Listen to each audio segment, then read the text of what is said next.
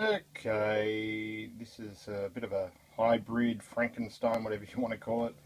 I've got a ferrite yoke. I've got two coils here. They're wired in series. They're my pickup coils. So they're also wired in series with this outside bifla wound coil in the middle of the two of them. Then I've got two blue coils, one either side of the yoke. The one on this side is going to be my drive coil. I've got a horseshoe magnet there, and I've got a piezo in line with the drive. And I'm finding, anyway, I'll show you what I mean. It's been driven by what is it, 235 kilohertz, and the other blue. I'm only using one of these blue coils for the drive coil. The other one here you can see is not connected, it's open, so I'll just hook up the generator. Oops. Okay, so that's at 235 kilohertz, and to give you the measurements of what's going into that, press the right button. It's all very hard to do. So there's your readings of voltage actually going in. We're using a square wave. I don't think sine wave will make much difference. Sine wave is worse. And as I've just moved this around a little bit, you can see the voltage drop there. Oh, hang on, no, the voltage drop is because I've turned sweep off, sorry, change frequency. So you can see the frequency there is different. So go back, let's just go back to the frequency we had, there we go.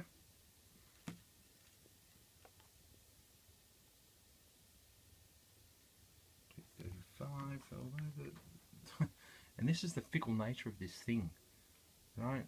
The voltage is halved. And then if I short this coil out, God, it's doing it to me again. It's really weird. Short the coil out, it dropped. When I shorted the coil out before, it doubled. So I'll short it out and we'll start again. Sorry about fingers, people. You can see what's happening. So voltage. Just have a look at that for a second while I short this coil out. Okay, coil shorted.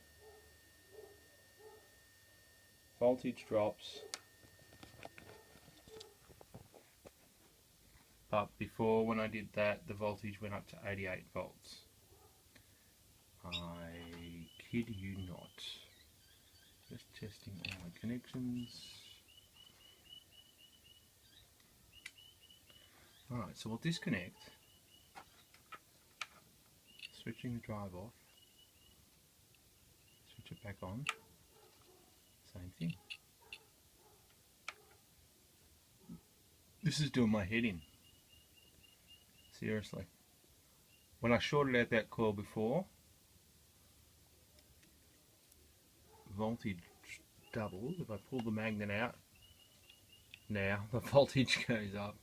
When I put it in before, the voltage went up. I don't know whether it's a problem with, I mean, it's not, obviously it's a cheap meter, but I mean, it's going through a bridge rectifier, right? So the frequencies I wouldn't have thought would have played havoc with the meter because it's DC that I'm reading. I don't know, but yeah, having it up at it, and I'll switch this off again, and I'll switch it on again and see what happens.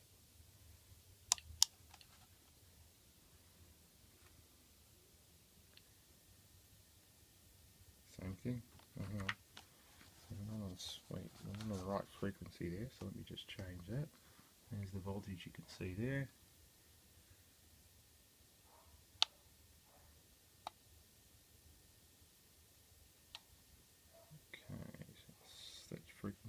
off.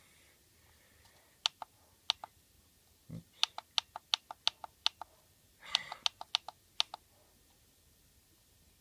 Switch it on.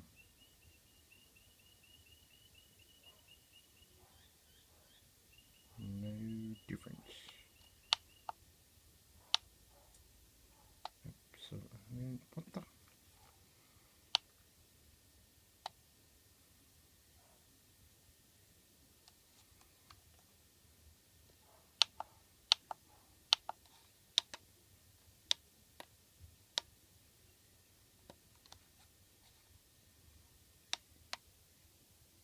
There we go.